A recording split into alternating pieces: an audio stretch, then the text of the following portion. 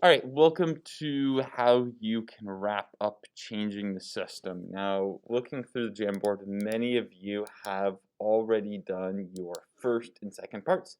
The first part being really the economic benefits and societal benefits of your activity.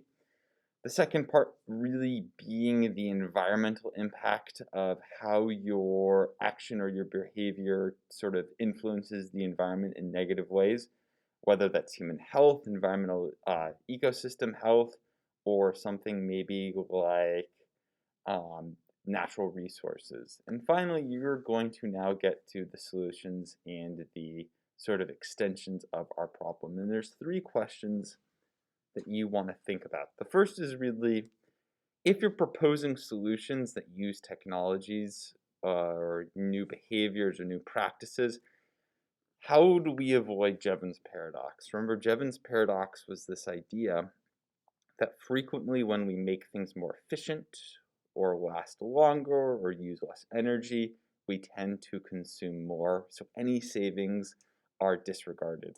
So that might make you have to think creatively about behaviors or patterns or things that we do with these new technologies.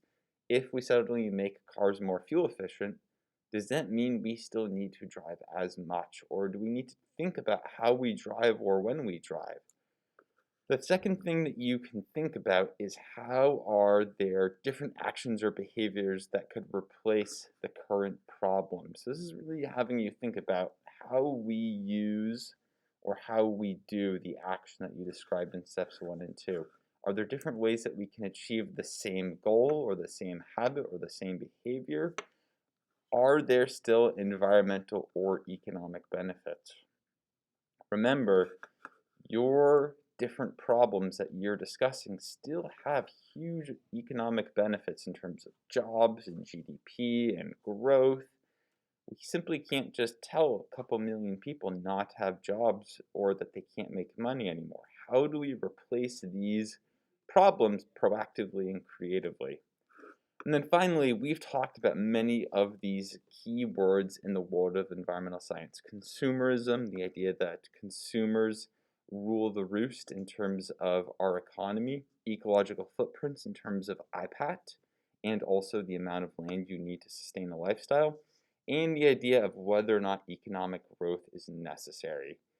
How does your solution maybe solve some of these problems by thinking about our consumption, our footprints, our level of growth, or how we think about our economic activities, and whether or not you think economic growth should be part of your solution in the future?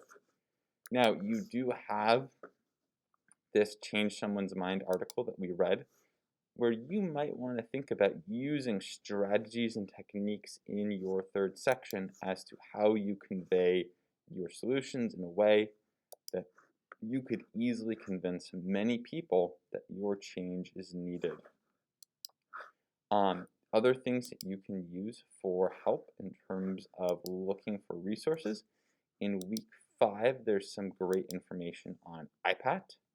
And in week 3, there's lots of things about consumerism, excess consumerism, growth forever, the role of technology, all of those things you can use as you come up with your solutions to the problem. Let me know if you have any questions or need any help, and I will see you on Monday.